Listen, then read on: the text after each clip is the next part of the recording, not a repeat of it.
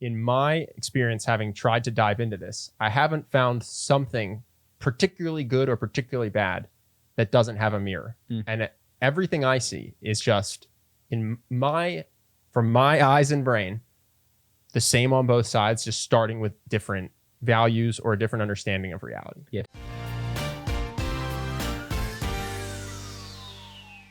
Cheers. Here we are. What's up, dude? Not too much. What you got? So Amazon's taken over the world. Do you see Amazon Pharmacy? No. Yeah. So Hims came out, was a big company at one point because they had figured out that people didn't want to go to CVS for things like hair loss and Viagra and herpes medicine. And so they said, we will ship this to your house. So you just have to get a prescription from our doctors online. And Amazon said, oh, that's cool. What if we did that for everything?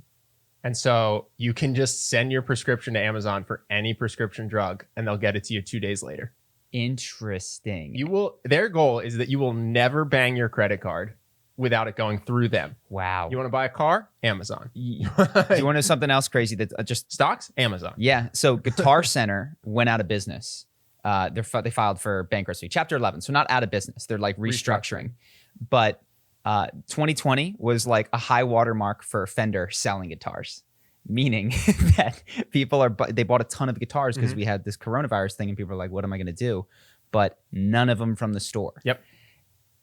Every store that used to be a massive thing is just disappearing now. It is incredible. So they're going to knock out all the pharmacies now. Now they're going to come for CVS and Walgreens, and they're just going to for everything in CVS. By the way, you want a knee brace, you want food, you want a prescription.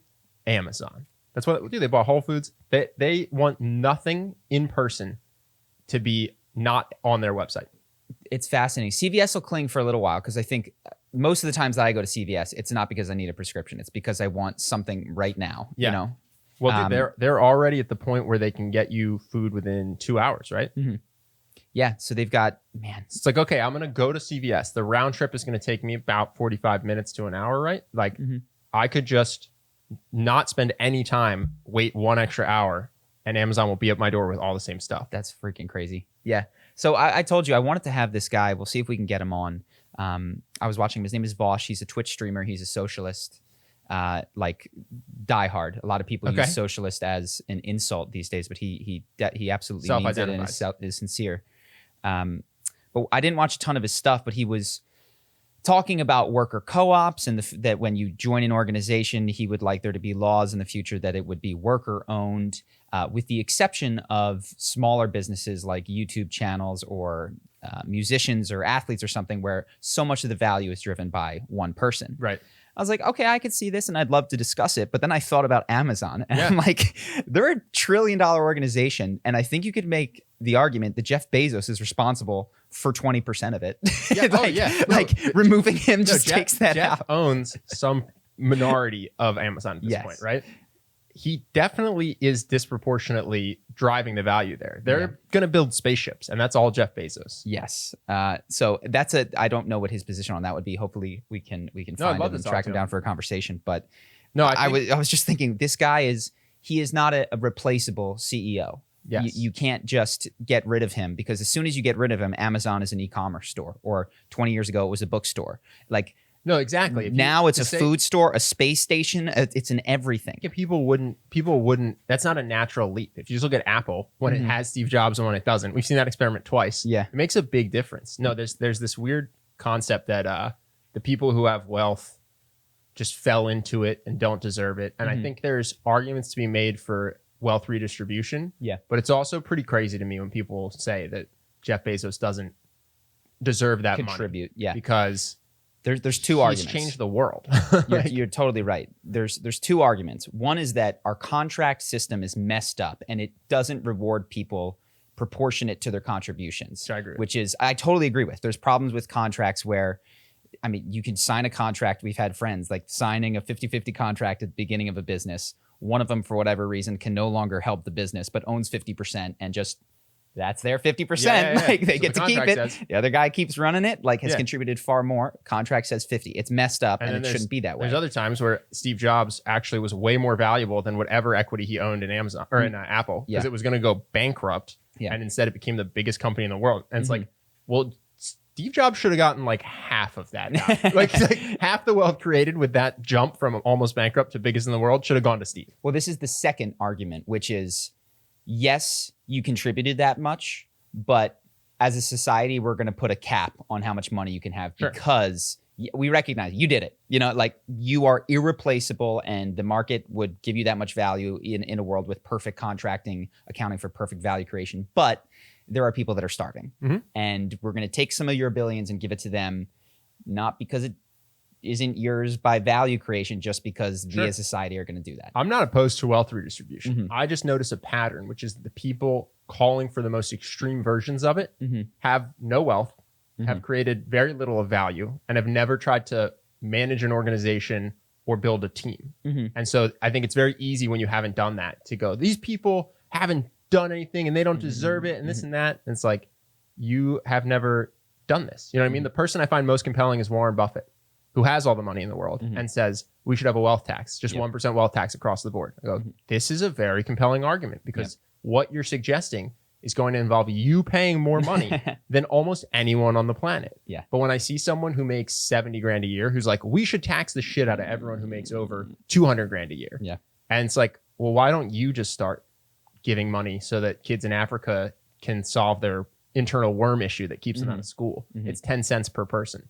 Like, it's so easy to go, everyone who makes more than me should give more. Yes. No, I think mixing up those two arguments is what frustrates me sometimes about the redistribution argument. So AOC had a tweet the other day that was, when we say tax the rich, I'm losing my microphone, by the way. How do I get this thing? This is a new stand, by the way. When we say tax the rich, what we mean is like billions, the richest. There's like 10 of them. And you should all be cool with that. And I go, wait a second. Which argument are you making? Because you haven't convinced me that they didn't create that much value. You're just saying there's not a lot of them and therefore we should team up. Which exactly. is an argument that I would find compelling. Like, hey, they have so much and yes, they've created that much value, but as a society, we need a floor higher than the current one and a ceiling lower than the current one. But there's not a lot of them. Well, she's a politician, and she's actually, I would say, a good politician when it comes to like rallying people. I don't know anything about her policies, and I think literally what she's saying is like, only 10 people should oppose this. So I'm going to say it. I'm going to tweet it because it gets me popularity. Yes. This is the problem with democracy is minority rights. Because as soon as you're like, hey, why don't we just take this group's stuff, and this group could be rich people, it could be this ethnic group, and there's more of us, and we'll just vote that we could take it. There's a problem with that. So anyway, I don't know. I'm not saying that we're at all characterizing Vaush's arguments in their fullness. No, it just started me. These are actually arguments I just hear from people, just random people. The other thing I think is interesting is the billionaire hate is so strong that you'll see things like, I saw Bernie Sanders tweeted and he said something like, this company that's laid off X amount of people since March 10th, the founder's wealth has gone up by, let's say, $20 billion. And if you just do that from Jan 1st, the founder's down like $10 billion. So it's like, okay, so just to be clear, like you've picked two arbitrary dates, but I could paint this picture in the exact opposite way. And it's very clear that you picked the lowest date from the stock went to today. You know what I mean? You didn't pick based on having a principle of what this should be. You just went, how can I make this guy look as bad as possible? You know what I'm saying? Yeah. I think when I have these conversations in the future, if I have the time, I think the best way to start with these policy discussions is with a philosophy discussion. Yeah, that's what I was trying to do with Jordan Belfort. Yeah. We were talking about socialism or not, or this and that. I was like, well, let's just start with base things, which that the same reason that you're successful is your parents and your genetics, and the same reason a homeless person is homeless is their parents and their genetics. So like, you can decide to help them or not, but let's just agree it's not necessarily something that is just about a choice of laziness. Well, you know what I mean? I was like, let's just start with that principle. And we kept going straight to policy. I was like, no, forget policies. Because we're never going to converge on policy if we can't set a foundation of philosophy. To go to policy. I was like, no, wait, back. We didn't have a lot of time. And we were on the clock. And free will is such a foundational piece of it. And what a large argument to have with someone that has never encountered the idea that free will may not exist. That it's just because it seems, he has, but just disagrees with us on it. And so I was just trying to establish. You know, just mentioned lazy. Can I be honest? I've never met a single person that has read Free Will by Sam Harris and disagrees with it. Like I've only met people that have not encountered that idea. idea. Who like begrudgingly agree to it for every other person. Yeah, that will just hold cognitive dissonance in their head. Yeah. No, it's a good argument. I don't like it, but I'm like, I have nothing to counter this. Yes. But in any event, that starting from the foundation of like what do we want our society to be doing? What are the philosophical aims of the collective? Can we in fact live separate from one another such that a libertarian society is even reflective of the way that humans interact with one another? Should I take this from her? That's up to you. I just feel like it's gonna pop on the thinger, the mic. Our new guest today is my dog. We had Jordan Belfort last week. This week we have Summer. But in any event, so the other thing, tech platforms, this is a hard pivot. Oh, really? I got a soft pivot. Okay, go soft. About AOC. Sure. Not to bash on her. She had a tweet. She said, "Things were bad for me, so they should stay bad for everyone else is not a good argument against debt cancellation, student, medical, or otherwise. Hashtag cancel student debt." And I thought that was just such a mischaracterization of the reason why people don't think you should cancel student debt. She's like, everyone who thinks that we should not cancel student debt is saying things are bad for me, so they should stay bad. It's like, no, like, and she put it in quotes. It's like, this isn't the counter argument to why you shouldn't cancel student debt. The reason is because if you're going to use billions or trillions of dollars for the good of the United States, this is not the most effective way to do it. It's just what sounds good and gets you people's votes. Yeah, it's crazy. And it's not just her. I've seen this nonstop. People almost never engage with the strongest form of the opposing argument. Yeah. Ever. It's crazy. They're just not interested. What they want is, it's like, oh, Republicans, I think that Donald Trump should be emperor forever. Or it's Democrats like, oh, let's shut down all businesses till the end of time. Yeah. It's not, I almost never hear anyone sincerely engage with the strongest version of a belief opposing theirs that they could find. And it's a shame. No, that was my only thought. I was like, no, I don't know anyone whose argument for not canceling student debt is I had to pay my student debt, so you should too. It's if the government's going to intervene with trillions of dollars, this is a very arbitrary, silly way to do it. Yeah. Well, let's talk student debt. I think it's an interesting idea. It was a tongue-in-cheek tweet. I forget from who, but it might have been Ben Shapiro. He was like, my solution to canceling student debt is to demand that colleges offer refunds. And that, I was like, obviously it's not real, but I like the sentiment behind it, which is if you're unsatisfied with your purchase at the end of this, you should get your money back, which is what many other businesses have to do. That's what Charisma University now, does. of course, there's a lot of upfront costs and it wouldn't practically work. But I think if you were to cancel student debt, you would only accelerate what is already happening, which is the increasing cost of college and the decreasing value and utility that it provides. And I don't just mean economic. When it's completely divorced from the way that the world outside of it works. And I was a prime experiencer of this. I went in, took out a load of debt, bigger than I could handle. My parents had to, like, literally, I couldn't take more to go through and get a philosophy degree, which I really enjoyed. And then a business degree, which was really fun to drink to on Monday through Saturday night. And if you had canceled that debt, I would have continued to live in this fantasy world of things happened to me and you forced me in here. And it was only through the really crappy experience of trying to get jobs that I hated and then working in jobs that I hated and scrounging up enough to start a business that, that good things started to happen in terms of the way that I was approaching the world, because I was now dealing with it as it is and not with bumpers. And I actually think there's an argument to be made that every state should have one free college, let's say. That's a state school, not a community college. And you're like, okay, going forward, we want to make education's important and we want to make it free. Can I catch you right now? Sure. This is what colleges have done is they have the most ridiculously powerful marketing campaign, which is they've conflated what they do with education. No, I agree. And it's just, I can't believe they have ownership over that word. Like Google, Khan Academy. Yeah. Like mentors, they're all out there. But education is free. So go ahead. Okay, if they want to make college degrees free, let's say. College degrees. I think that's a separate argument. But the idea to retroactively cancel debt just seems so crazy to me, because there's people who chose not to take it on, and like maybe they wanted to be writers, but instead they became carpenters. And to penalize that person seems like a very, very odd system. Yeah. And also to say that the person that is the most in need is anyone with college debt is also crazy to me. Like we have $2 trillion. We're going to make the world a better place. So what I'm going to do is no matter what your income is, no matter what your family background is, if you have student debt, I'm going to pay it off for you. Let's just assume that it's let's give the strongest version of this argument, that it's not rich families, it's people. Well, that's the thing. It's not. It would be like I was, quite frankly, which is I had over $100,000 worth of debt.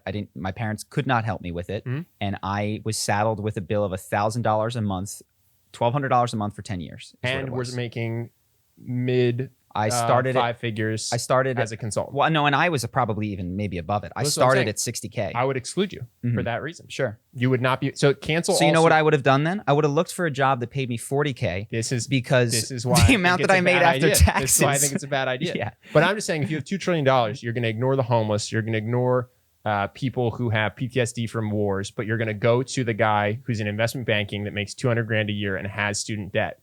That's how you're going to spend $200,000 to make the world a better place, because he has $200,000 of loans because he went to Wharton Business School or Stanford. I'm just like, this cannot possibly be the most efficient way to make America better. $200,000 for one person who already has a 6-figure job. Yeah, I think that what I would like to do is with us is we have free educational videos. Now they're about charisma and hopefully they help people's lives. They may or may not impact your bottom line intake, but I love what Sal Khan is doing. I love people that are disrupting this argument without engaging in let's redistribute money or let's vote for it. It's like, can we just get people powerful information and education for free? Oh, I forget his name. For very low cost. There's an MIT physics professor who is probably the best physics professor in the world, and he gives his lectures online for free.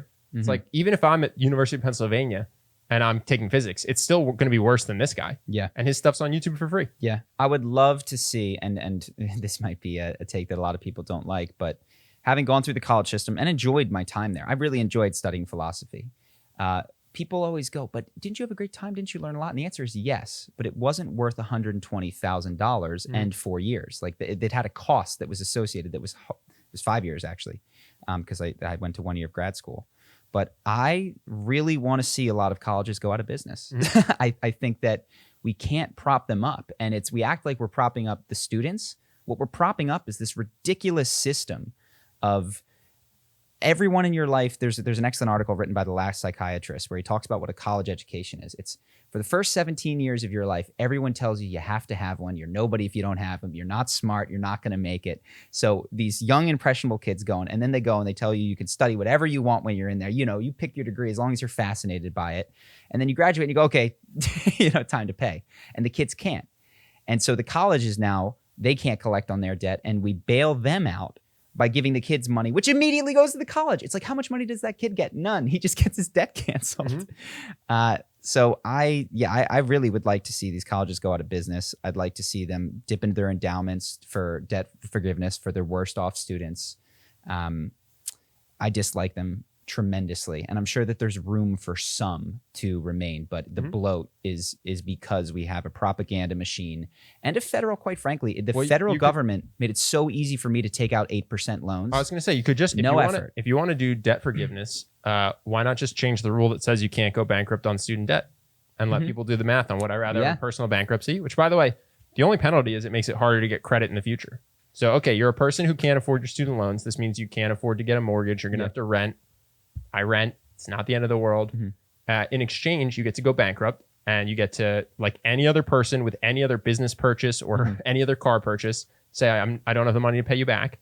And then the universities might be on the hook for going, oh, wow, I let a bunch of people with no money say they would owe me $100,000. Yeah. Yeah. No, it's people don't know this necessarily. I mean, if you're in it, you know it, that you can basically bankrupt your way out of any sort of debt. I mean, Chapter 11 restructuring, that's what's happening right now with Guitar Center. Hey, we can't pay it back. How about we give you 40 cents on the dollar? Okay, we'll take it. Doesn't happen with student loans. They go after your next kin. They go after, if you die, they go to your mom and your dad. It's a racket. And it's one of the only pieces of debt. One of the only things. If you just treated it like a business loan, banks would be much more hesitant to give every kid $120,000, regardless of grades or major. And then the colleges would have to adjust their prices because you wouldn't be able to charge every person an exorbitant amount of money. Yes, it's awful. And so I didn't know a lot about percentages and loans and anything like that. One, they make it super smooth, but the loans that I got were at 8% and 6.25%. Now, if you know about investing, 8% is the average yearly return of the S&P 500. I think higher. Or is it? I think that's higher.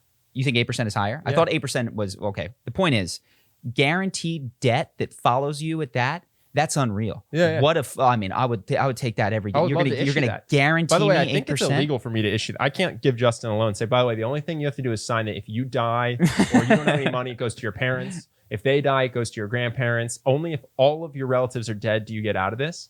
I think the government would say that that's not a term I can put into a loan. Yeah, I don't can't know. charge this 8%. I don't know. But yeah, it was 8 and 6.25% were the loans that I had. I mean, that is incredible, Yeah. and I didn't know. I'm like just a dumb kid. And don't worry, we won't start collecting until you get a job. Thanks, guys.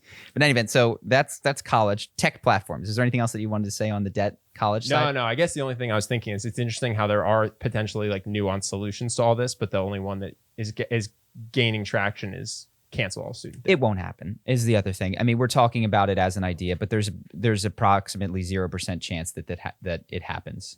So it's interesting to discuss. There's no chance that it happens. And just for everybody out there that might be disagreeing, I really am pro free education, but I think that the way that colleges, the model is run is that it's actually rather weak education, and it's absolutely not free. And we're just encouraging the price of it to go up for a crappier product. We can do way better with the technology that exists today. Yeah.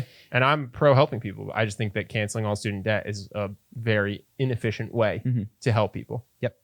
So big tech, speaking of other ways to get education out there, the censorship has gotten worse. And I know that sounds stupid, but I remember when Alex Jones got deplatformed a couple of years back, there was this sense of, because I didn't really know anything about him. I was like, oh, he's that crazy guy that says turning the frogs gay. Yeah. Like he probably did something absolutely deserving of it. This is a one-off thing and we've got to get rid of him. And sure. And slippery slope is a logical fallacy because you can't guarantee that it's a slippery slope. All the time people will do one move and then not take the subsequent next ones. Well, it's not been the case. It turns out it was a slippery slope. So I saw Candace Owens had a number of videos removed for breaking the terms and all this kind of stuff. And we've spoken in the past about the right of private companies to enforce private rules. But it's very evident that YouTube is behaving not like a platform, but like a private company that is curating content on their thing. Yeah, I'd probably same argument. Which just means y'all ought to get sued for every copyright infringement because you're taking ownership of the content on the platform. So every time that somebody breaches copyright, they should come after you. Every time that somebody posts a beheading video and somebody sees it that shouldn't see it, they should come after you. But they don't. They continue to hide behind the platform status with aggressive, and even aggressive isn't necessary, with control over what content is up, and it's getting more and more paper thin. Did something happen recently? I just saw that they've been having these meetings where Jack Dorsey is being is speaking to. Actually, Ted Cruz looks sharp in these. I didn't realize. I think he's a lawyer. But he's talking to Jack Dorsey about their stuff and how come you put this is disputed but not this is disputed on these particular tweets. And it's interesting to watch because I do think that it's the case that, again, you take both sides in America when it is a religious bakery that won't make a cake for a gay marriage.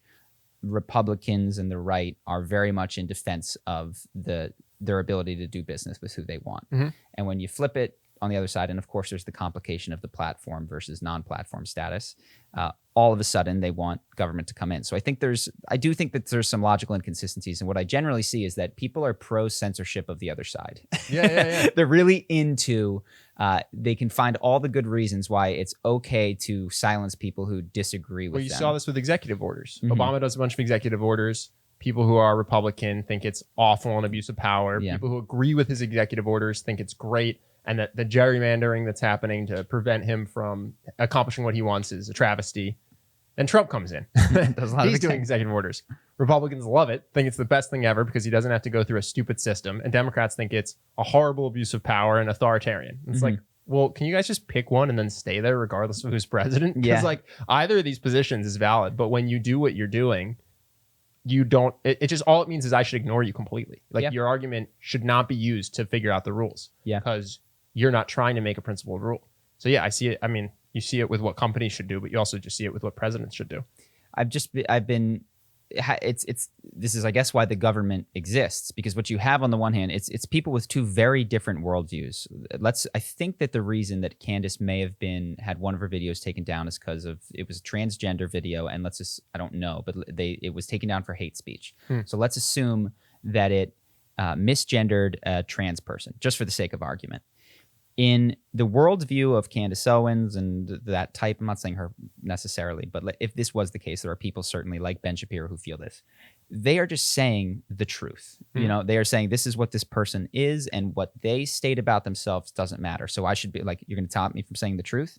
You go to the other side, their worldview is you are committing violence, and this person is going to be statistically more likely to commit suicide because of the hateful things that you are saying, and therefore need to be silenced. And it's like, how do you adjudicate between these two worldviews? And it seems like the only way to do it is with a super powerful third party, which would be the government, that was simultaneously more powerful than both of those, but also more hands-off. Because as soon as it starts taking sides and picking sides, then you get into problems. So I was just, have an answer or anything like that, but was watching the tech giants speak to the government, and it made me have a respect for the role that the government plays, because I think that sometimes we can all get down on big government that controls us, but it absolutely does stand there against a bulwark against other private powerful forces that, left to their own devices, will just make sure that their worldview prevails because they think it's the right one. So no takeaway there. Just censorship is accelerating, it's increasing. And the people who are doing it think that it's what's best for the world. Yeah, they're not evil. Well, it's also interesting because in a pre-internet world, you struggle to have a private corporation that was particularly globally powerful, right? You might have a few, but the idea of small government is much easier to get behind and manage when what they're competing against is villages, towns, local businesses. You know what I mean? But if you have let's say only state governments, no federal government at all, the most powerful entity will not be the state government. It will be the global, gigantic company that has control of everything that you see and hear. You know what I'm saying? So I tend to skew towards when you get big into the government, there's a lot of bureaucracy, there's a lot of waste. Like they might do something you disagree with that wastes trillions of dollars. But we are reaching the point where it's like, well, someone has to keep in check the $1 trillion company. You know what I mean? Like it can no longer be my mayor of my city protecting me against Twitter censorship, because otherwise Twitter will absolutely decide what the news is. I mean, the news is a private company and the news will decide what the news is. It's like, it's weird. We have, with globalization and the internet and all this stuff, you're reaching, these companies are so big that without a federal government that's also powerful, they'll just run the country. So we've kind of lost the ability for local rulership, I think. It's now just like these giant powers fighting each other for what they think is right.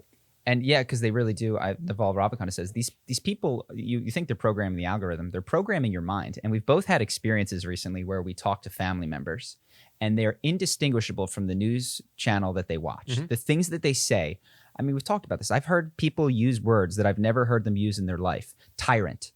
Never heard you say that word. That's not your word. That's somebody else who is just speaking through your mouth. And they have the power to program people's minds. And I think one of the most brilliant things that is in the US Constitution is the idea of checks and balances, which is how do you deal with power?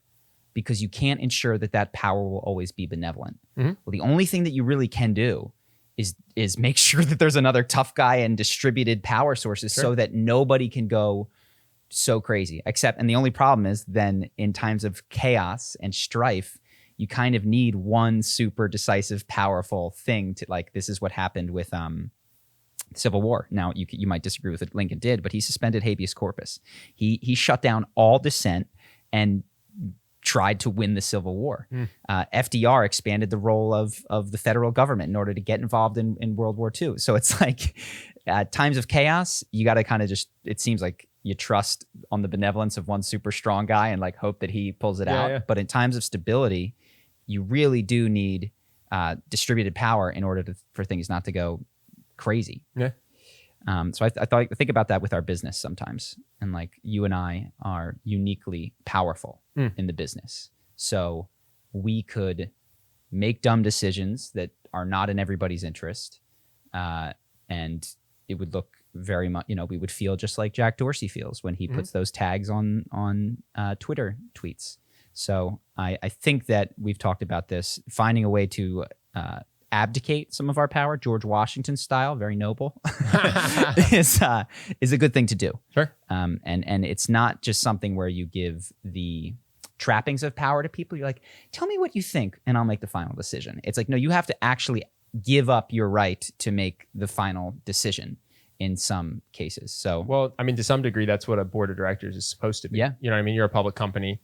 You're supposed to get a board that's not an echo chamber. You know what I mean? So like if you're running I was working in private equity. We had a board for, let's say, an insurance company. It wouldn't be all insurance people from the same state. It'd be a private equity guy, a guy from a pharmaceutical company, a guy from an insurance company, a guy from an insurance services company.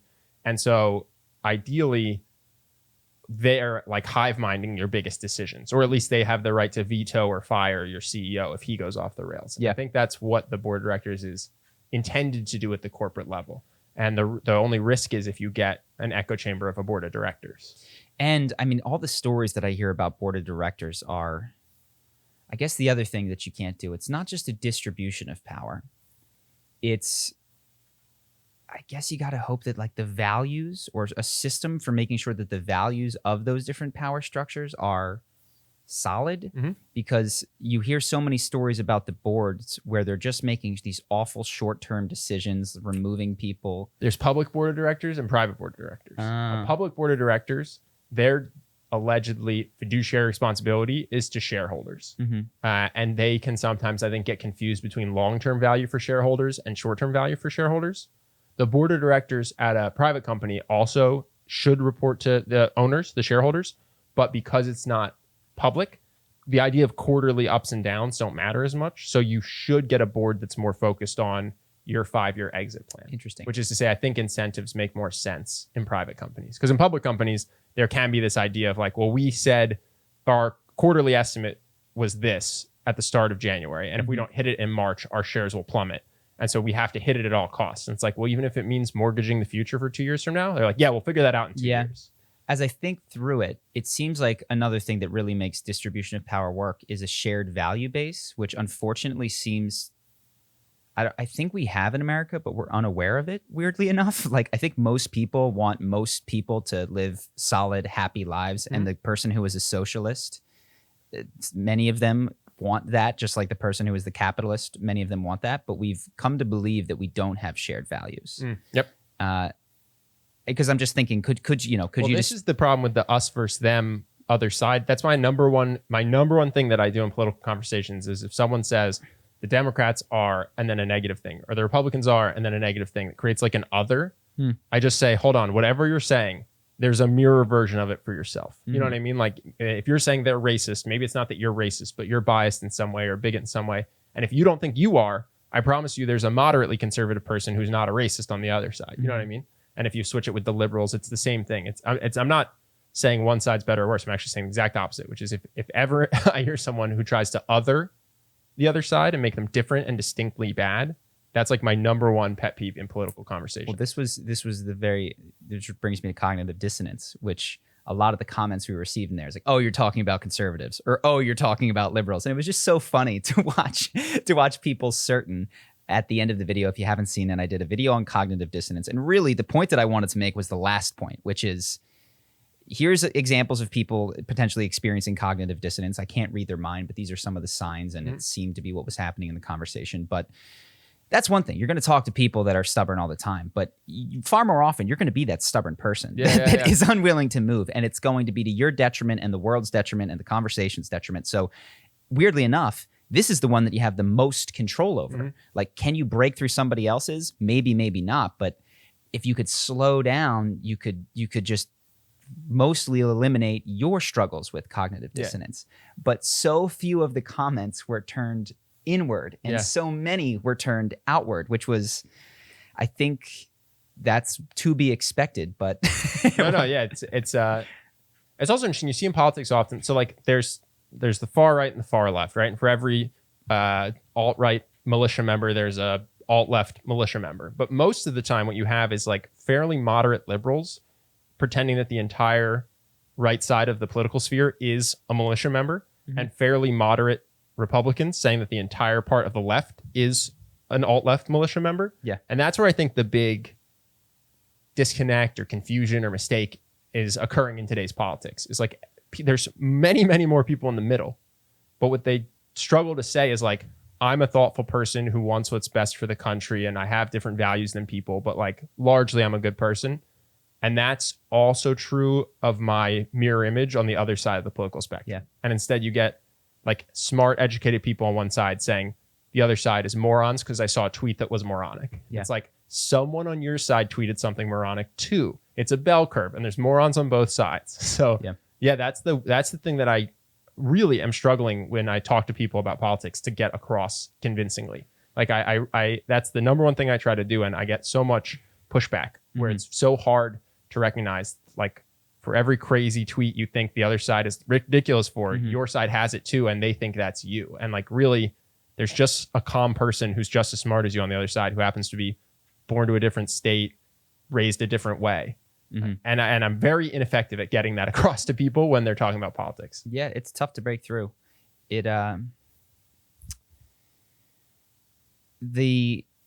The difficult thing, I guess, with all this cognitive dissonance stuff is that it runs through every human heart, is I think the problem. It's why I try in these conversations, and I think you do too, to encourage that person rather than saying what's wrong with the other side. Can you just reflect on yourself? Can you find any ways that you might be mistaken? Because you're convinced that in their watching of CNN or Fox News, they've been poisoned. Is it possible? Because like, step into their perspective. They don't think they're poisoned. They watch this news channel all the time. Like, is there anyone else that's true of, that is here, that is sure that they're right, that is completely certain of it, and watches a lot of news? Is there anyone in the room that is like that? And then I watch both sides. They come with that. But it's, I think I was gonna lay it at the feet of the news stations and say it's their fault, but it's actually not. Because they're just thriving evolutionarily in a world where the human brain is what the human brain is. And what the human brain is it wants an enemy, it wants another. It wants an other. And what's not interesting is a reasonable argument that makes you uncomfortable. Get that out of there. You know what I mean? Like, I'm not changing my mind.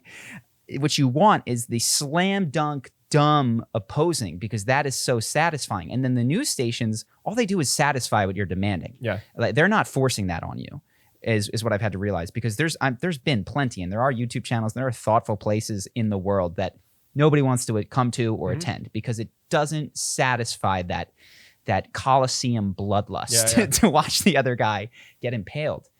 So it's not the news station's fault. It's each individual's unthinking bias to kill the other. Well, I think I've told you this because I'm finding it so ineffective in those kind of conversations, or in the conversations where we try to explain to people what we think today's slavery is I'm just going to try to go fully Socratic. So I'm just going to be like, okay, so let's assume that's true of the right. Do you think there's someone, instead of being, because what I'll do is I'll just say, if that's true of the right, it's true of the left. I'll be like, do you think, I'm just going to try to do nothing but ask questions. Yeah. Because again, we get so much pushback when we say today's slavery is blank. But I think it would be much more effective if we went, okay, do you think that in slavery times, some people thought slavery was okay because it's how they grew up? Yes. Do you think that today there could be a thing? Yeah. You know what I mean? Because honestly, that's how I came to the conclusion of my hypothesis for what today's slavery is. It wasn't that someone told me what it was. It's that I watched 12 Years a Slave, and then you were like, let's talk about what it is today. So I'm going to try. Did you explain that this time, just to catch people up? I think you were talking about it, but just in case anyone didn't understand exactly what you're saying, we watched 12 Years a Slave, and there are characters in there, Benedict Cumberbatch, who was like a good dude but has slaves, and you watch it and you're like, wow, thank God that's not me, you know. and you go, wait a second, he didn't realize that he was participating in an evil thing because it was just the water in which he existed. Everyone had slaves. Of course, slavery is okay. So I'm trying to be the best slave owner I can be. Yep. That's morality. Yes. And what morality in hindsight was not having slaves, right? Well, or was it, or do we misunderstand morality? But then the question that we ask are, if slavery was an institution today, where would I stand on it? And go, okay, am I standing up and shouting in the streets for anything? Have I taken a hard stand against any sort of cultural norm, like hard stand that gets me ostracized and makes people throw bricks through my windows? Or involves great personal sacrifice. Let's say you admire the person in slave owning times who paid his workers and made less money for himself, but he didn't have slaves. And he didn't stand in the streets and tell everyone else what to do. But he took great personal sacrifice so as not to be a slave owner. Do you take great personal sacrifice to do or not do anything that everyone else around you is doing and saying is okay? So that was the question for us that we asked ourselves. And just to, because sometimes when the other person is talking, what Ben is not, he's not saying that what is happening is morally equivalent in the same horribleness of what slavery was. What he's saying is that there is a huge moral gap in our minds somewhere that we can't see because it is just so pervasive and common. And that's what it is. Sure. So how would we find that? And without saying, even though everyone who's watched the podcast knows, without saying what we think it is today, that's the question is what, if you look around, what do you think in 100 years or 200 years, people will look back on today and be ashamed that their great-great-great-grandparents were participating in? Certain that they would never have done themselves. Yes, Were and they? in 200 years, they'll go, I would never do that. That's so immoral. How could they not realize that that was wrong to do that? There's something today that fits that description. Maybe it's not as bad as slavery, but it fits the description. In 200 years, they'll look back and they'll go, how could they possibly have not realized that that's a bad thing to do? And it was wrong, and we do not allow it in today's society of 2220. Yeah. And so, that's the question. It's like, what do you think that is? So, and then are you willing to make a personal sacrifice to not be whatever today's version of a slave owner is? Yeah, maybe we can have him on. What you were talking about, Socratic, I know that there was a patron who suggested we talk to a guy who does street epistemology. He has a YouTube channel, and he's so gentle. He goes and stands, I think, oftentimes on college campuses, and he'll get Mormon missionaries who come up, he'll get just students who come up, and he'll ask them to state a belief that they have. And he goes incredibly Socratic, like, is it possible, that one? And he's very friendly, he builds rapport, and he calls it street epistemology. And what's interesting is that it's rare, I've watched a handful of videos, that anyone walks away with their mind changed. But his belief is that it's kind of like loosening a screw. Like I came and I grabbed the pickle jar or whatever, and I put a lot of grease into it, and maybe the next guy who comes along, I respect that, can do it. And it's an interesting approach to it. I actually think if you were dead set on being most convincing, there would be somewhere between that pure Socratic and a little bit more Inception. A little bit more Inception and a little bit more, I don't mean offensive, upsetting, but like a little bit more offense than he has, I suspect would be the way to do it if you were interested in changing that particular individual's mind. But what it does as a system is it really does keep dialogue open. And you see these Mormon missionaries who will come back several times with their friends. So it's just fascinating. And one of the things, I mentioned this to you earlier, is he says, if the same two missionaries come to me, we might get somewhere. Like if the same two boys who walked up to me and spoke to me about God, and I got them scratching their heads. But if they bring a new person into the group, we get nowhere because the social pressure to conform to the person who is most like the at-home society will just completely derail the conversation. Well, and we realized this. We went out to lunch the other day with a group of people that work for someone. This is why it came up. We'll go or not, but they work for someone, and we asked them, is he a good guy? What do you think of him? And no one said anything negative, right? And then we did individual phone calls, and one guy went negative. Yeah. And we're like, why didn't you say this at lunch? We asked the same question, but it's because without knowing what the other people's opinions are, there's a fear of being ostracized from the group. So if you get 3 Mormons up there and one starts to come to your side, there's a chance that when they return to their community, the other two will tell the community about his wavering faith, and then he will suffer social consequences. And it's so much easier for him to just have cognitive dissonance, ignore your rational arguments, say that you're crazy or wrong, and then go live a socially calm life than it is for him to be open to your mental exercise, knowing this is going to be trouble for me down the road socially. So yeah, there's this, it's being principled or intellectually honest is much less appealing than having a calm, unthreatening social life. Oh yeah, but also that's an incredibly, I don't begrudge them, and I don't think you do either. They're sitting there, they're at varying levels within the organization. You know, there's one person who is higher up. Them. Yeah. It's like, what are you gonna say? Like you're gonna tell your boss that you think poorly of the organization or something that it's done in front of a stranger? Like, no way. So no, I know why we got it, but I just being I guess naive.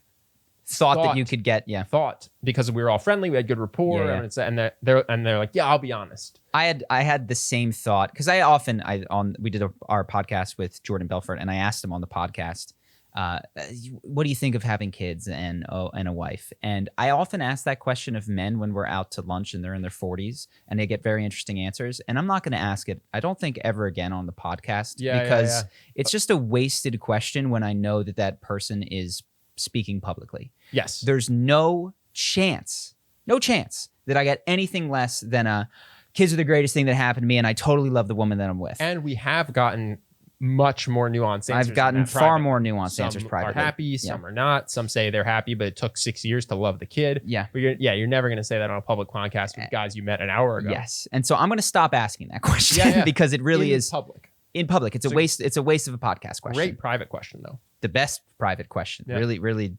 phenomenal when it's just you and one other person that doesn't think that you're going to go get back to their family or tell them what they said. I got one. Yeah, go for it. We got a sponsor. Yes. Delta Trainer. So congratulations to Justin. We got our first sponsor. Hey-o. All the money goes to Justin. But so this is an app that I quite like that gets you personal training virtually. So for people who don't know, we turn down 95% of the sponsors we get. We never take a sponsor, but this one hit me up. It looked interesting, so I've been trying it for weeks. Basically, they send you an Apple Watch and they put you in touch with a trainer, and then you get unlimited communication with that trainer and workouts that are tailored to you and your goals. And then the person can track what you're doing with the Apple Watch, see your heart rate, things like that. And because of that, they can tailor it to whatever you want. I want to gain muscle. I want to lose fat. I want to have better heart health. And so, it gives you an accountability. And my personal experience is, even though I've been working out for 15 years, I work out much harder doing what this guy tells me to do than I do on my own, which means that I'm seeing results in my body. For myself, I'm seeing I'm losing weight, getting more shredded. And so we can't talk as much at the gym anymore. I know. We go together and Ben is moving the whole time. It's true. And I'm just like laying there in a half stretch. Dude, he called it out too. One day halfway through the workout, I switched to what you guys were doing. And he wrote me, he said, dude, was it too easy? Because I noticed your heartbeat never got above 120 after like the first 15 minutes. I was like, nah, that's not on you. That was just me flirting with my friends. Yeah. So it I've seen it. And I did it for a little bit. I just don't have fitness goals. But it definitely does push you harder. So especially with quarantine and coronavirus, if you're someone that feels like you've fallen off a little bit in your fitness, they give you stuff with the weights that you have. It is tailored to you in that way. Yeah, what's cool too is it's fitted to what equipment you have. So I texted the guy today. I was like, hey, just I'm going home for Thanksgiving. I got some I'm stuff. going to need some body weight workouts. You know what I mean? I'm not going to have a gym. And so, if your health is important to you, you want to get in better shape, lose weight, gain muscle, whatever it is, you can go to charismaoncommand.com/trainer. And the offer is you sign up, you put down a deposit for an Apple Watch. It's $100. They send you an Apple Watch. If you already have one, you don't need it. And then you get a free month of training. If you don't like it, you can ship the Apple Watch back, get a full refund. And if you do like it, then you just keep going for, I think it's $75 a month or $100 a month, which is obviously way cheaper than a month's worth of personal training would be. Sure. And you get tailored workouts, tracked workouts, accountability, and someone to talk to. Awesome. Thanks, Delta Trainer. Yeah, charismaoncommand.com/trainer. Perfect. So we've hovered around this topic a lot, and I hate to beat it to absolute death, but whatever. Why not? Why not? So I listened, Sam Harris put out a podcast on the eve of the election, why he finally gets why people voted for Trump. Oh God, I saw this. It's so bad. I want to start by saying I think Sam Harris is generally an intelligent guy. He's done cool stuff. His waking up app is cool. This is not meant to bash him. No, I'm a huge fan. In totality. No, I'm a huge fan. But that video was bad. It was so lacking in empathy. Yeah. I was stunned. His video, it concludes that people vote for Trump because he is so bad, and he represents, and he just gets away with it. And he's so reprehensible. That's what people like about him. He speaks to the shadow and the darkness inside of them, and it's just like, this is so strikingly lacking in empathy from some. Like, is it not possible that they're working from a different fact base that Sam, you are? I'll give you one. They think that nothing else matters but the fact that we legalize federally murdering babies. Mm-hmm. And so even though they don't like him at all, they'll vote for him because he's going to make it illegal to murder babies. And they think that's more important than anything. Okay, there's one reason that they vote for him besides being attracted to his reprehensibleness. By the way, I'm pro-choice. Yeah. But I'm just saying I have the ability to think to myself, what would a smart, nice person be like if they have to be smart, nice, mm-hmm. and have voted for Trump? And I don't go, they're attracted to what a scumbag he is. Mm-hmm. It reminds me of I'll see if I can get this right. It's the study where they take like a very young kid and they have a box of cereal. And so the kid's sitting across from a person, the person turns around, and then they dump out the cereal box and put a bunch of like spiky stuff in the box, nails. And the person turns around and they ask them, is that person going to try to eat that? And if they're very young, they will say, no. They're not going to eat the nails because there's nails in there, mm-hmm. And what that child has not yet understood is that from two different perspectives, you can have a different understanding of the facts. Mm-hmm. And only upon getting older do they realize, they will try to eat that even though there's nails in there because they didn't see the nails get in there. Yeah. And I swear to God, it reminds me of the very young child who is going, of course, they know that there's nails in there. And so how can I explain them chewing on nails? Well, they must love that the nails stab them in the mouth. It's like they don't see the nails that you see, Sam. Yeah. No, I was disappointed because I like the title and I think he's smart, and I was excited to hear a nuanced take on it. Yeah. Something that I hadn't thought of. But yeah, it was. It's disappointing, and TDS is real, man. It Trump derangement syndrome.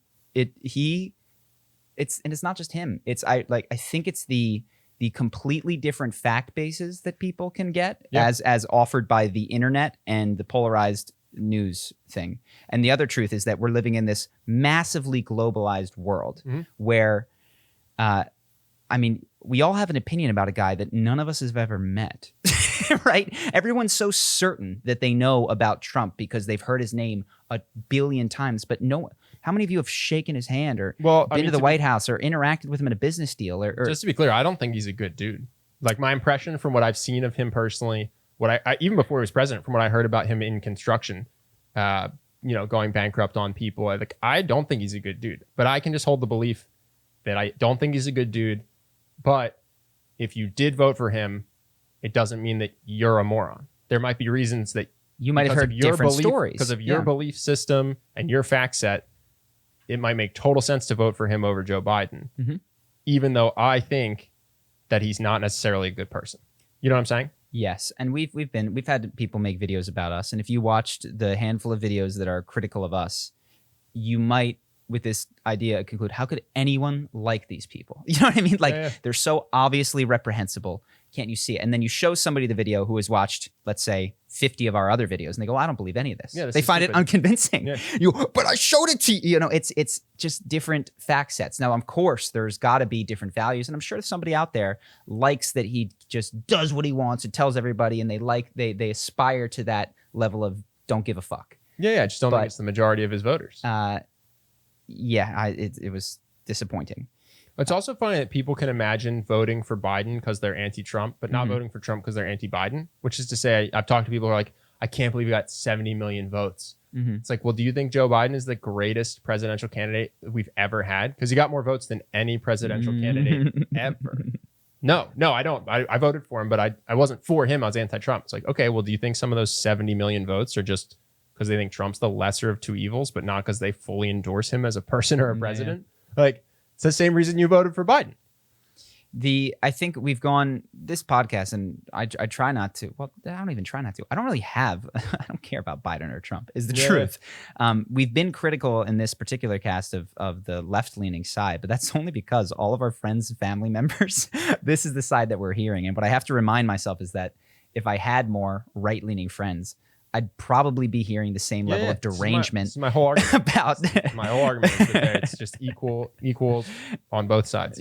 Well, and again, I wouldn't likely equal, because draw a false equivalency would be inappropriate. You do need to investigate still, but it's a good instinct to assume that, hey, that's probably happening. I've never seen a non-equal, I guess, is the thing. Like when you show me, like so I've seen pictures of militia members on the right with guns in the street, and I've seen pictures of militia member on the left with guns in the street. I've seen really dumb tweets from people on the right. I've seen really dumb tweets from people on the left. I've seen smart, nuanced arguments from people on the right. I've seen smart. So when I say that they're equal, in my experience, having tried to dive into this, I haven't found something particularly good or particularly bad that doesn't have a mirror.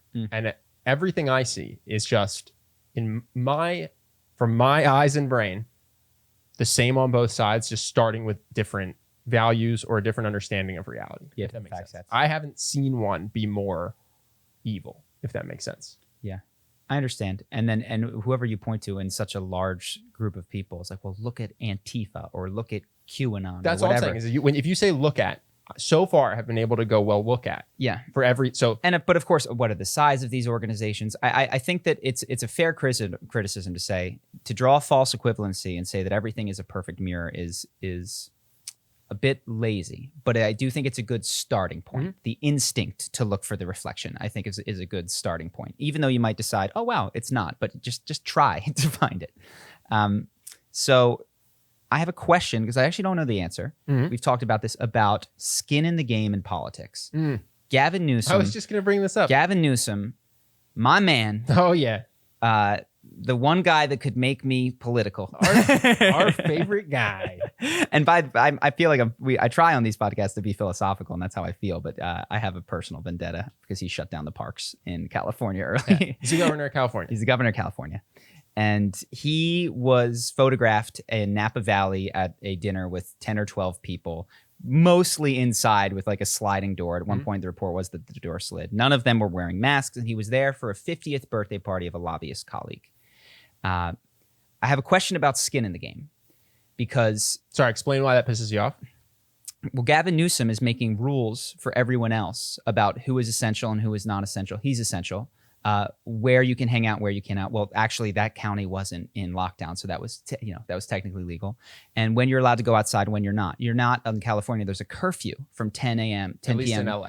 In LA, from 10 p.m. to 5 a.m. And by the way, I can guess when Gavin Newsom sleeps. It's from 10 p.m. to 5 a.m. Yeah. So he's got very little. He's got some, but for the rules that he has made, he has found a way to circumvent them affecting his own life. So he, for instance, is still receiving a salary and is not counting on a $1,200 check from the federal government.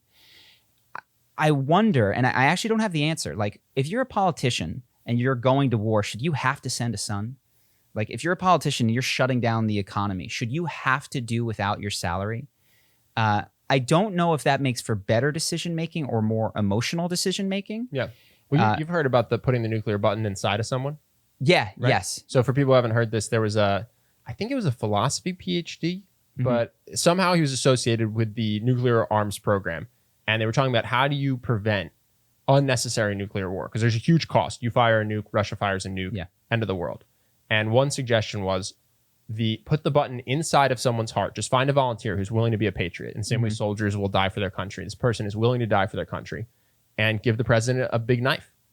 And if he thinks that it is okay to kill 100 million people, then he should be okay killing 100,000,001, given that the person has volunteered and said, I'll die to protect my country. I'm a Marine. Yeah. Do it. Let's get some blood on your hands. Yeah. And the pushback wasn't that it wasn't philosophically sound. It was, this could prevent a president from ever launching a nuke. They were like, this is horrible. No one would ever do it. And it's like, pause.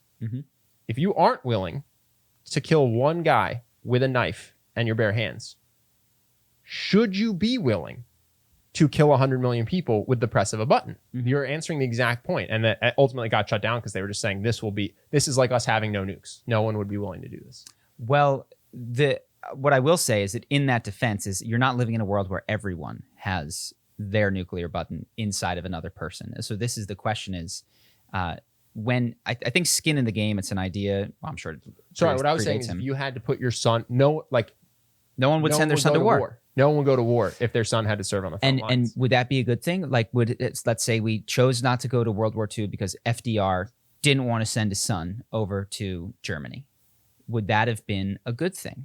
I don't know. I think with almost every other war in the 20th century, the answer is probably would have been, maybe there's a handful of them, but probably would have been good to not end up staying out of Vietnam, maybe end up staying out of Iraq. Or any skirmish above a certain size. So when it's like 23 people that are going in to do something, it doesn't have to be part, but above a certain size. I also do think you'd have presidents that would send their sons. Absolutely. I think you would have presidents that would go, there's someone who would go, we got to stop the Nazis and my son will be there with a gun. Yep. And I sanction this war. Yeah. And you will see my son on the front lines. And don't run for the presidency unless you're willing to do that. But the bigger question, which is, I do think skin in the game is generally a really effective tool for limiting extreme decision-making, especially at decision-making that has negative outcomes for others and none for yourself.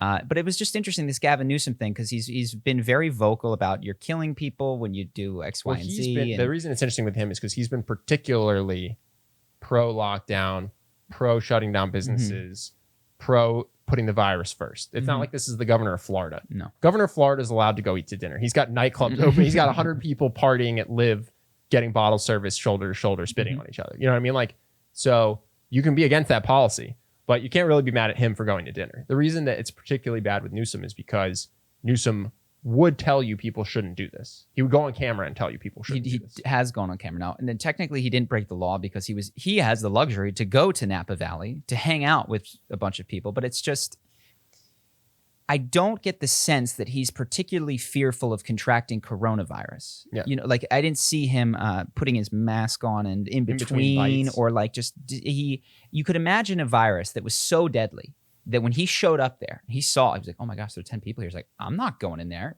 Like my social graces are going to overwhelm my self-preservation instinct. Are you insane? I'm going home because not because I care about my job, because I care about my life. So how serious does he think it is? This is partially my question when I see that sort of behavior. Serious enough that people should not go out at nighttime, serious enough that you can't go to work, but he can. And there's just so many cases of him not having his own skin in the game. Sure. This is exactly the point we were saying, where everyone thinks that the people who have more money than them should pay more in taxes, which is like, if you think that they should pay more in taxes to help poor people, maybe you should donate to charity water. It's like, okay, Newsom, if you think that people shouldn't go to restaurants to eat, don't go. Just don't go to restaurants to eat. I would on a Zoom call, dude. You want to be talking to your lobbyists, thanking them for their donation? Go send them a Postmate, get on Zoom and eat across the computer. If that's what you would tell me to do for Thanksgiving. Yeah, I think the big one that I'd like is just stop drawing a salary and only take federal disbursements of the stimulus check. You know, like only take PPP or federal disbursements of the stimulus check, but you are not allowed to draw a salary like so many people. Like pretend that you owned an escape room. Yeah. And that's what you get. And I think you would see different decision making. Yeah, we were just talking about this. I think every escape room in LA will probably be bankrupt by the time this is all said and done. Yeah, pretend that you own Guitar Center. You know, like pretend that any of these. And of course, I do think I want to give credit to the other side. It's important that you don't have these emotional decisions being made by someone who is just, oh, I'm afraid for myself, and then they're making decisions that are worse for the collective. But what he seems capable of doing is protecting himself from the downsides of the decisions that he's making that affect so many in the collective. And I find that disappointing and frustrating as someone who lives in an urban area and hasn't, I think I've left once to look at moving to Texas. That was literally as far as I went. But yeah, I might not get to see my family because state lines and all that kind of stuff. The other interesting thing, which I think is, and I totally get, is no wind instruments for Thanksgiving. It's very easy for a white dude to say. It's like you don't have a mariachi band that was going to come out. But part of the reason that they say no wind instruments, which I was like, what is that? Is because a lot of the Latin people that will celebrate will have some sort of mariachi band. Now, you can still say no wind instruments because you're blowing coronavirus everywhere at high speeds. But just another example of very easy to tell other people not to do at literally no cost for you because it didn't cross your mind to have a wind instrument or to go out after 10 p.m. or to not collect your paycheck. So anyway, that's just my thoughts there. I don't know what to do about coronavirus, but I do wish that the people making decisions were more affected by the rules that they set for everybody. Anything else? On the flip side, Trump got COVID and had like 15 doctors and 7 ventilators. It's like, he's like, this is easy. I'm like, well, dude, of course this is easy. You got helicoptered to a hospital where 15 people waited on you hand and foot. Thanks for bringing that up. We don't have the scale to do this. If every person could be treated like you, we wouldn't have to have a lockdown. We just get them their 15 surgeons and their helicopter to the hospital and their ventilator, and it would be a non-issue. But you got special treatment. So. I agree. I think, and I'm glad you flipped it because I didn't want to just make it about one side of the political aisle. What a move it would have been for my confidence in him and everybody's to go, I am going to take the average level of care that people get, which means I will not be riding in a helicopter. I will not be going to Walter Reed Medical Center. I will not be doing any of this. To a public hospital. And if I die, then Mike Pence will be president and maybe he'll make a different decision. Maybe he'll treat this a little bit differently. But yeah, just the ability to inoculate yourself from the downstream negative effects of your decisions that you're making for other people. I was careless with my events or whatever. I shook it right off. COVID. Yeah. He's like, this is nothing, guys. This is nothing. It's like, no one can do this. Only billionaires and presidents can do this treatment that you signed up for. Like the rest of us have to do something else. And I'm not saying it's serious or it's not serious, but he has no idea if it's serious because he had 100 times more treatment than the average person. I think I like that as a general rule. If anybody can think of why that shouldn't be the case. Now, obviously, you'd like your president to live for continuity, but just generally speaking, in terms of a decision-making process, to have skin in the game, to suffer the negative consequences of the decisions that you make for so many other people. You don't have to be president, by the way. This is only if you're a publicly elected official, right? If you want access to the best healthcare in the world, you're still entitled to cast your vote whichever way you want, as long as you're a private citizen. CEO too. Maybe if you're CEO and you say factory workers have to go work in a factory, they can wear masks, but they have to be shoulder to shoulder. Put on the same mask that they're wearing. Go hang out. Walk around the factory. Yeah, go hang out once a week. You think it's safe for them? Just a little. You. Yeah, like you're not a factory worker. You're not actually doing the job, but go walk show around up for an hour once a week. Like just be in their air, wearing the same mask as them. And if you don't feel comfortable, don't tell them they have to do it. No. It's a good question for us as well in our business. And I think all of the stuff that we talk about, hopefully we reflect back on ourselves. Is there an area where we could do that differently? Justin, do you come up with anything? We make you edit all the podcasts and we don't edit any of them ourselves. Well, you guys were talking about Trump and his special treatment and going to like an average facility. I was thinking about Obama going to Flint and drinking the water. Did he do that? Yep, he went to Flint. He drank the water, and the people of Flint who had been suffering from, the water crisis, they didn't trust him. So it's a, super pro-Obama area. He goes in, they think they're going to, find some kind of salvation from the Obama administration. And what he does is he gets on the podium and he says, look, I have this glass of tap water. And then he just drinks it and then leaves. And so... Because he was trying to say it wasn't a big deal? Yeah, to say that it was safe. Like, because I'm the president, I'm drinking your water, it's safe. And they didn't believe it. Yeah, so they didn't believe it. And that's the reason why it was predicted that Michigan was going to swing Republican. Oh, that's very interesting. Yeah. I didn't know that story. But obviously what that is it's an attempt at skin in the game without... like, okay, drink it every day. You know what I mean? Like if it's so good, we'll send you some water for you and your daughters, and you guys can drink this for 30 days. So there's a way to make a show at skin in the game without actually having one's skin in the game. It's the same thing with like, let me walk around this school filled with asbestos. Like, I'm totally fine. Now everyone spent 12 years here. It's not exactly the same. But that's the trouble with the factory worker and the CEO analogy is perhaps it's an exposure thing. But yeah, I appreciate the attempt at least. But anything in our business that comes up from either of you, we can noodle on it later. I mean, we don't really make people do anything. We're pretty lazy like bosses. I feel like we delegate. We say, hey, can you do this to the best of your ability? But I mean, Justin came to Jordan Belfort, but we said, hey, do you want to come to Jordan Belfort? Like, you don't have to. It's totally up to you. We can get you the files if not. And he was like, yeah, I want to come. We're like, cool. Here's the address. Yeah. All right. We can think about it off air. We don't need to. It's always tougher to see it in yourself. So we can ask that question later. We make each other do stuff we don't want to do, but we take turns doing the stuff that we don't want to do. Oh no, go ahead. Do you want to go? Well, go ahead. You go first. Mine's not about current events. I was messaged. Now there's mine. I was messaged by a guy because of the OnlyFans video, and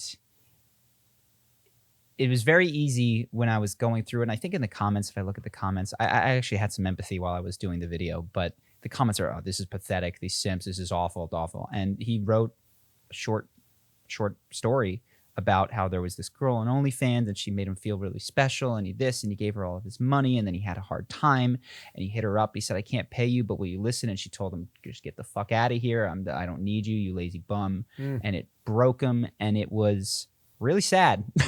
Just really sad. Driving home that OnlyFans can exist. I'm not saying that it shouldn't, but this problem of loneliness that is being addressed at its most surface level with I'll give you some money and you will in that time give me some attention.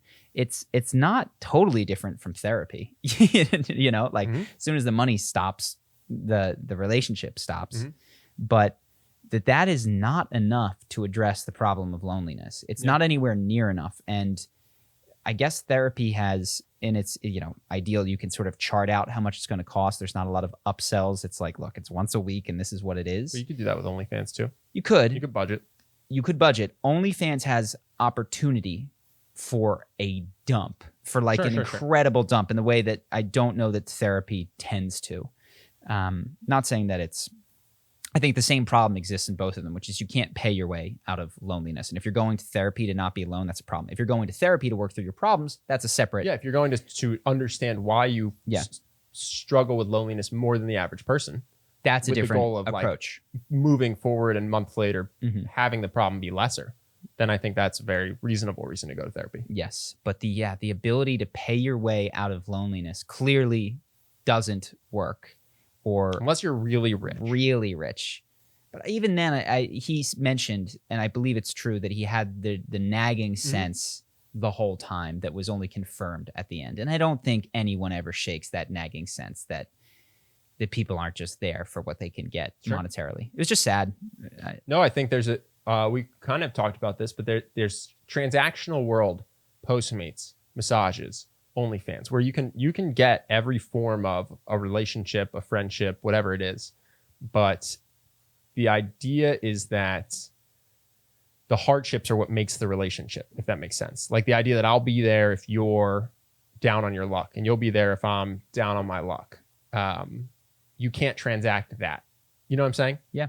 Even I think, for instance, it's uneven as well, is that there's not a ledger of I picked you up from the airport and I picked me up and now you're next. It's like, no, you might do all the airport pickups and I might do all the whatever. I broke my nose and I had to go under for surgery to put it back in place, and I was on whatever anesthetics they put you on, and I was like, hey man, I'm not allowed to drive legally. They said I can get an Uber, but that it might not go well for me because I'm gonna be just high as fuck. Would you come to the airport? You've never to the hospital. Or sorry, to the hospital. To the hospital. They're gonna do it, and it's gonna be gate B12. A lot of blood. But I'd never done that for you. You'd never been in the hospital, and well, I don't think you've ever been in the hospital. But it's been a while. You were like, yeah, I'll be there. You know what I mean? There wasn't this sense that like, yeah, and then when you break your nose in 6 months, I'll get you. It's just like, this is gonna work out in the wash, and you lose that when you go to a pure. I'm going to live alone, but massages will get me physical touch. Escorts will get me sex. OnlyFans will get me emotion. And you could transact all the parts of a relationship in like little pockets. But yeah, you lose that sense of like. Well, what you could do, and technically you could buy a private escort driver to come pick you up.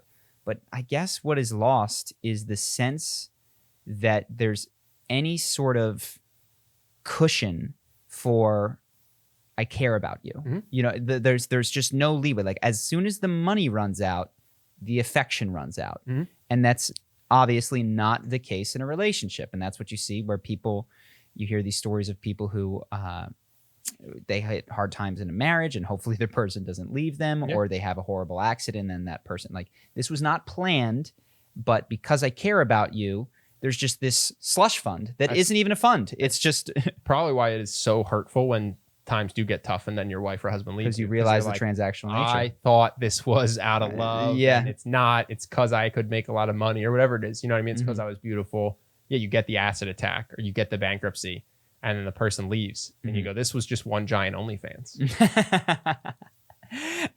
But also, I think it's important to keep in mind is that even in personal relationships, it's not an infinite slush fund. No. It's not like if you were going to the hospital every day because you had a drug problem, and I would try to be there for a long time and try to help, but there would come a time where I was like, you're not kicking these drugs. I can't keep picking you up off the ground and I can't keep doing this.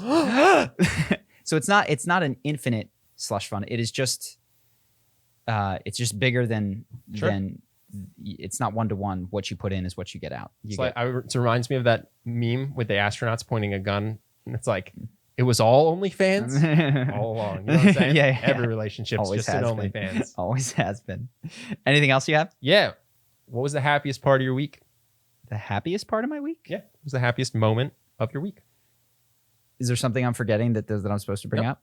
I was just curious. I was just thinking the other day. I was talking to someone about you. It was a mutual friend and what you were up to. And they were like, what motivates Charlie? What makes him happy? I said, I don't know. I'll ask him publicly. Today is Sunday. I did MDMA a Friday ago, so that doesn't count. That would be 9 days. That would be the easy one. What was the happiest time I like? My walk. It's so dumb. It was literally when it's sunny outside and I take a walk and I listen to music. That's it. Well, I think that's a good answer.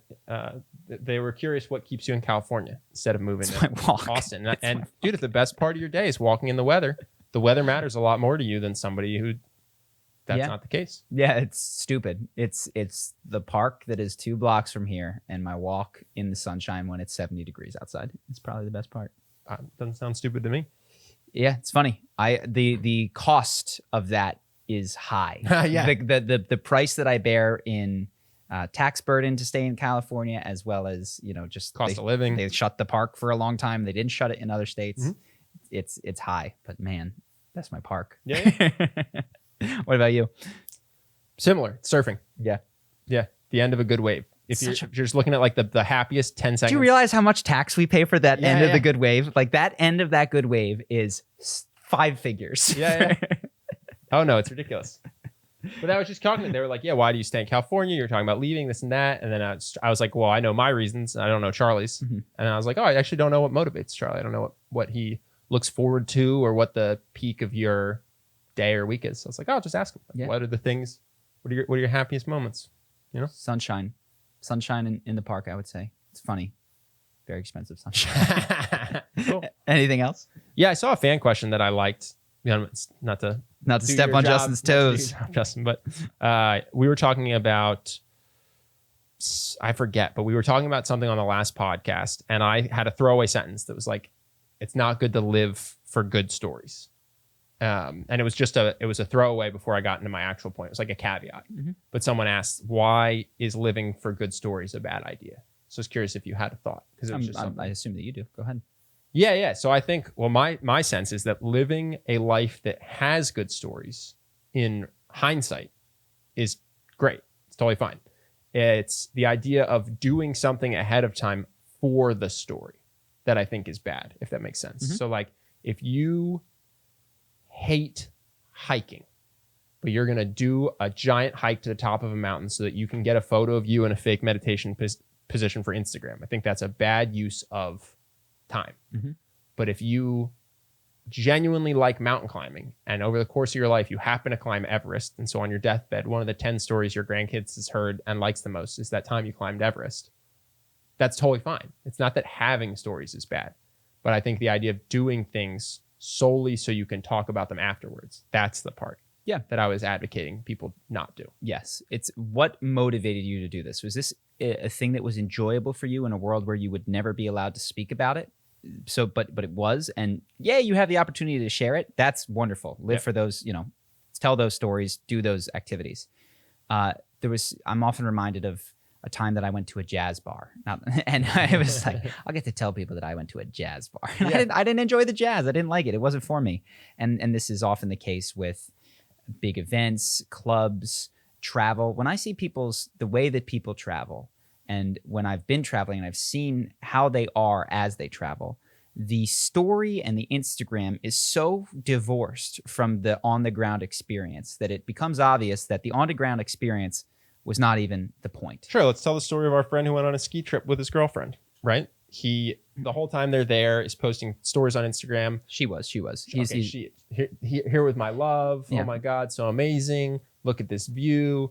And it turns out in hindsight, when the guy gets back and tells us she was miserable the entire time, complaining the entire time that he's selfish for taking her away from her friends on her birthday. She hates him. It's the worst birthday she's ever had. Yeah. But was projecting this happiness and has the story of how her boyfriend took her on this magic ski weekend. Instead of just being like, no, I don't want to go. Right. I'm not going to do the story. I'm not going to post on Instagram. I'm going to do what I want, which is less glamorous, which is get a small dinner with my friends. Let's try to get your money back. So yeah, that's all I was saying. Just saying if the motive is for the ability to tell other people about it, it's probably not something you should do. But if you happen to do things over the course of your life that turn into stories, great. That's great. Cool. But if you do something that doesn't turn into stories, it's also great. Just as great, I would argue. Yeah, that's my walks. It's like, yeah, and then I took another step. And then I took another step. Well, yeah, we also have our society just arbitrarily picks what is a story. Like I did a cage fight and it's a story, and people find out and they go, oh my God, it's no cooler than surfing or playing basketball, which I've done my whole life. You get pitted. No one's ever asked about, oh my God, wait, you played pickup basketball every day in high school? That's amazing. What a story. Okay, it was just as good. You got to learn how to talk about the waves like that, dude. Man. And it's like, and I got pitted and I was in the barrel. Then you could tell the story. There's the story. Do we have any questions? I actually saw no questions on our Google form or YouTube, so people should start asking since it's free. It's free, yeah.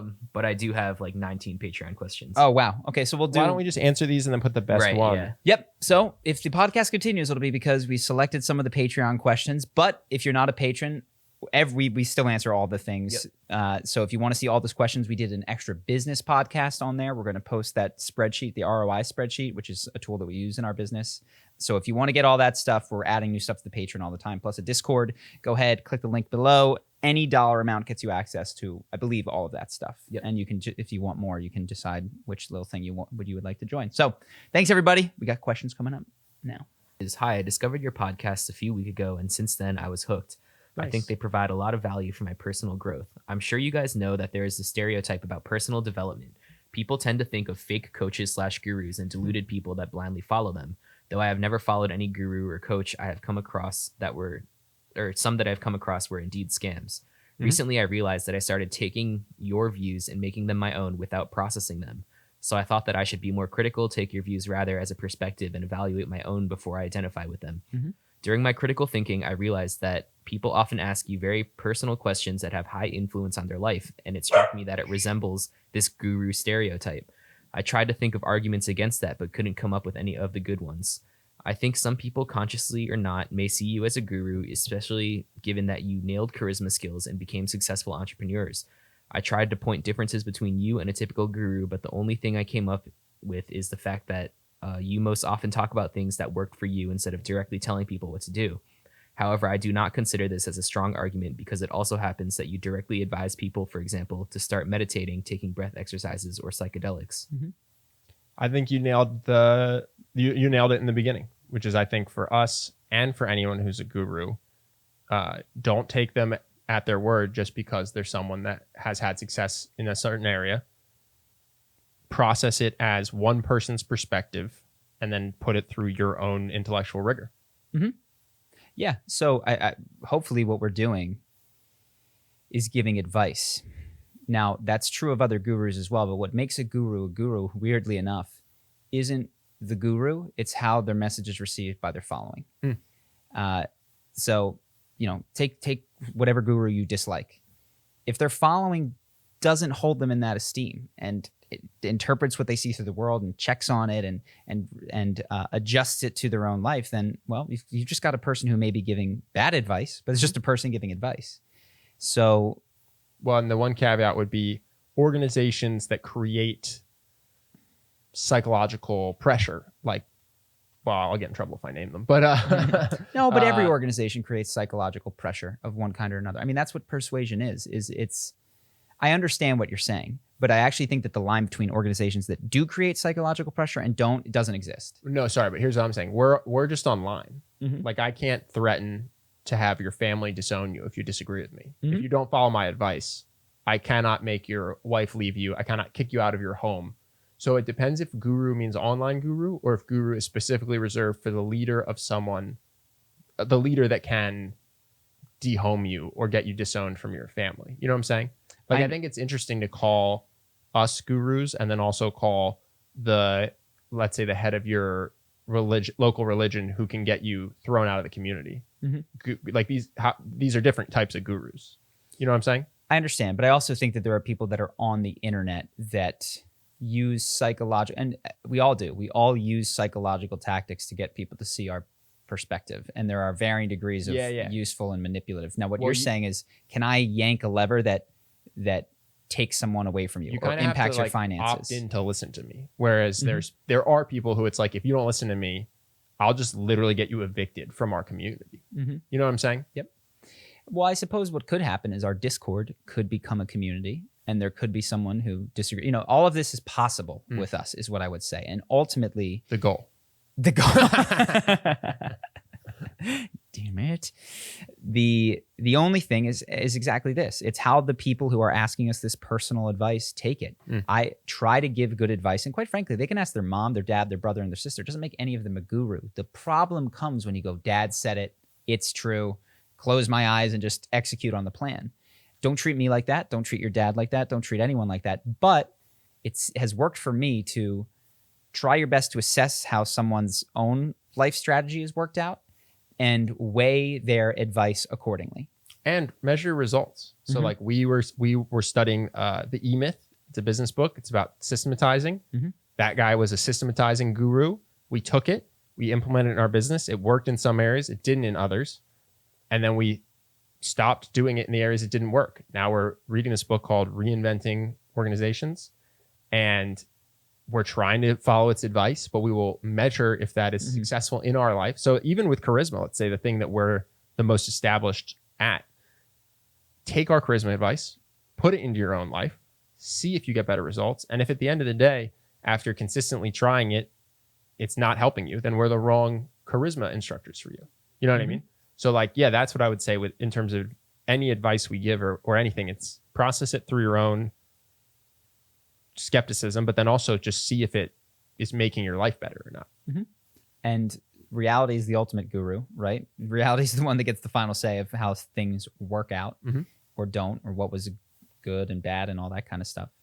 So yeah, and in terms of these very personal things, my hope is that these are not people that, and I don't think this would ever be the case, that have never taken any of my advice before and are coming in for this one really critical, do I quit my job? My hope is that I've, with them, built up a track record of, here's a piece of advice, it was followed, it worked out well. Here's another piece of advice, it was followed, it worked out well. So by the time that they get to those highly personal questions where it's like, it's this moment of quitting your job or not, that they are not blindly following a stranger because he's on the internet. They're taking someone who has a track record of having given them useful advice. And if they're not doing that, that would be disturbing to me as well.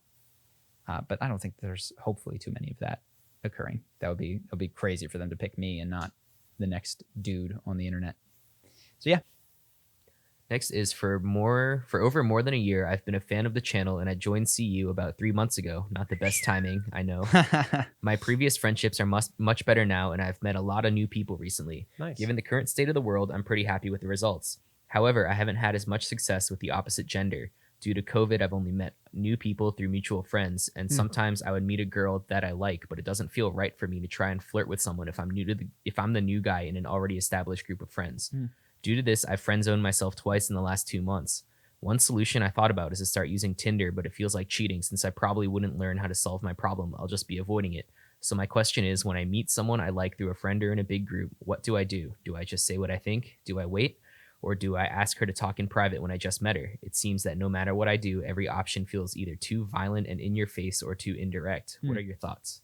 So I'm going to address the little one first, and then we'll come back to the big question, which is, I understand your feeling about Tinder. I felt that same way. I was like, this is fake, but it's the future in the sense that that'd be like, these chat rooms are fake, or this online community is fake, or this YouTube thing is fake.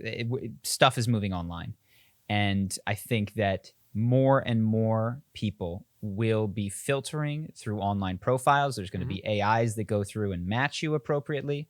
So it is not cheating. It is actually what I think dating will increasingly look like in the future. I think dating apps are great. I wouldn't recommend Tinder. I like Tinge and The League were my favorites. Then Bumble, then Tinder.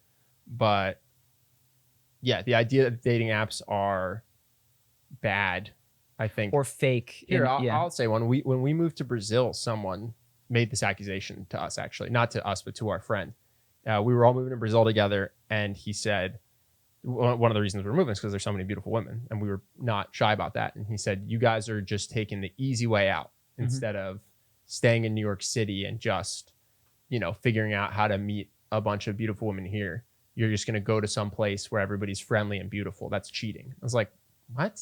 Taking control of my life to live where I want to live and choosing a place that's full of beautiful, friendly women is cheating? Like, this seems like a no-brainer. Yeah. And, Brazil has its flaws. I'm not saying it's a utopia, but I would say it's a similar sense of like, shouldn't I get really good at flirting with the one pretty girl in my friend group rather than expanding to the infinite amount of people on dating apps? Yeah, I would say no.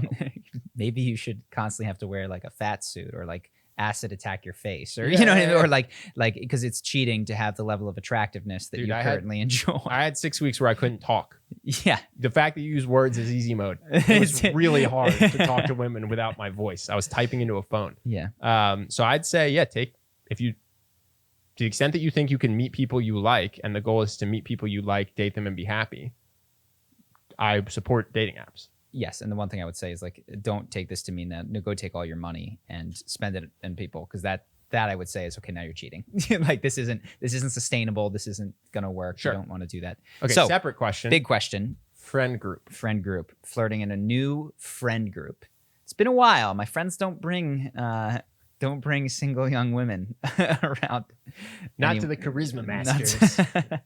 Yeah, I don't know. When was the last time I saw someone in a friend group who was doing well? Gosh. I think he just I can think of one friend. He dated multiple of his friends' girlfriends' friends. And he just made it clear that he was someone who liked to date. He wouldn't go in your face and hit on you hard or anything like that, because it is a friend group. I think this is the happy medium. But he was just like, yeah, I like to date. I'll talk. If I'm dating, I'll talk about it. If I'm looking for dates, I'll talk about it. People are saying what sucks about COVID. I'll go, yeah, the worst part's been that, it's made dating harder. I see all my friends. I still this, but like it's hard to meet women. Say your truth. Speak your truth. Don't try to steal this guy's lines. But he's just obvious and comfortable with himself in terms of being someone who dates and has sex with women. And that means that women in the friend group know he's single and interested. And so then when they're in conversation, everyone knows if there's chemistry, this could lead somewhere. So this is the distinction that I think you're going, should I act like a total friend who doesn't have any sexual appendages, or should I declare that I'm into this person? And Ben is kind of saying there's a middle ground, which is like, I'm available. Like I'm interested and looking and open to this, which is a middle ground that allows for flirtation without like, I like you. And Ben's going to make a video, another one on Craig Ferguson. We've got a couple, but the flirting that Craig does is also really good because it can be done with men as well and friend groups. It's flirt. I mean, one of my points is flirt with the world. Yes. So if you want to do what Craig does, what he'll do is he'll flirt with everybody to some degree. Women he's not attracted to, women he is attracted to. And so what he's doing is just building playfulness and chemistry with everyone. And people can banter back or not to the degree that they think it's fun to banter.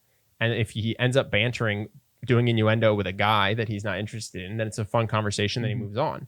If he finds himself bantering with a woman that he is interested in and she's bantering back, then things can build in that conversation without him having to say beforehand, hey, I'm single and I think you're attractive. Yeah, which isn't the case, by the way. He's married and is on a TV show. Yeah, so at the end of what you can have is at the end of the conversation say, hey, this was really fun. I don't know if you'd ever want to go out, just the two of us, and grab a drink or something, but I really enjoyed talking to you. And it comes at the end of a naturally flirtatious conversation because he flirts with everybody. Yeah. And by the way, at the end of that conversation, what Ben said was a rather tame thing. If you're being playful and flirtatious and you're you're complimenting men on the way that they look and you're being just a generally fun guy, and when somebody makes an innuendo, you go, wait a second, are you trying to seduce me? Like that ask might look like, look, obviously you tried to pick me up for the last hour. It was fun, so maybe we should do it again sometime. Like it can be a little bit more playful than that. Well, I also don't know if you're talking about sitting in a park with somebody or if you're going to house parties, but it's going to look very like if you're at a house party, you can just have sex with someone at the house party. If you're at if you're at a picnic, then you're going to have a more tame. You can have sex with someone at the picnic. Yeah, well, that's a great point. It's a good point. Then you're gonna have sex at the picnic. So yeah, I would calibrate my wording of the ending of the flirting to the situation. Yes, and I think that what will help in the friend group is bring a flirtatious vibe to the friend group, independent of who is in it for a while, and that's going to mean, and Ben will make the video kind of going into it, but it's going to mean misinterpreting a bit more often, purposely misinterpreting jokes to make them more fun, being less literal in the answers that you're giving when people ask you more questions. Playful in general, being someone who's attractive to everybody. Yeah, have women in the friend group be interested in you that you're not interested in. Don't just try to snipe off one person you're attracted to while being boring to everyone else. Just be the fun, playful, attractive guy. And then as women come in and out of the friend group, they'll like you to varying degrees, and then it will come much more naturally to escalate beyond friends. Cool. And there was a question I think it's worth saying. So you're in a group and it's like, should I ask her to be separate at some point? And I think that the answer is it's tough to give, not knowing if you're at a party or a picnic or this or that, but there's no reason not to, is what I would say. Like that's not a bad thing that couldn't happen in a first interaction, depending on where you are. There's like, if you're in a car ride somewhere, you're like, hey, why don't we go to the, it doesn't make a ton of sense. No, but often let's say it's a house party and there's no alcohol. It's just like, hey, I'm going to go grab a drink of water from the kitchen. Come with me. Yeah, exactly. And there's, if you're at a picnic to like say, hey, do you want to come with me to? It was always come with me. My thing that I always asked was, I'm at a bar. I'm going here. Saying, I'm going to get a drink from that other bar. Do you want to come with me? Yeah. So then it goes from me and my friend group and her and her friend group to just me and her. Yep. House party. Hey, I'm going to go. You want to come with me? I'm going to go exploring. Do you want to come with me? Yeah. Yeah. And that was one that is usable almost anywhere. I'm going to go exploring. Yeah. Do you want to come with me? I haven't seen the backyard. Yep. I'm going to go get a drink of water. I'm going to literally just go. And if she says no, you just go anyway. Yeah. That's it. I'm going to go explore the backyard. You want to come with me? No. Okay, I'll stay. It's like, no, just go look at the backyard. Just go look at the backyard. 5 minutes and then circle back. Cool. That's it. Dope. Thanks, everybody. Hope you enjoyed. We'll see you. Hope you had a happy Thanksgiving. We'll see you soon. Yeah. This is Black Friday. See you in a week. Yeah. Peace.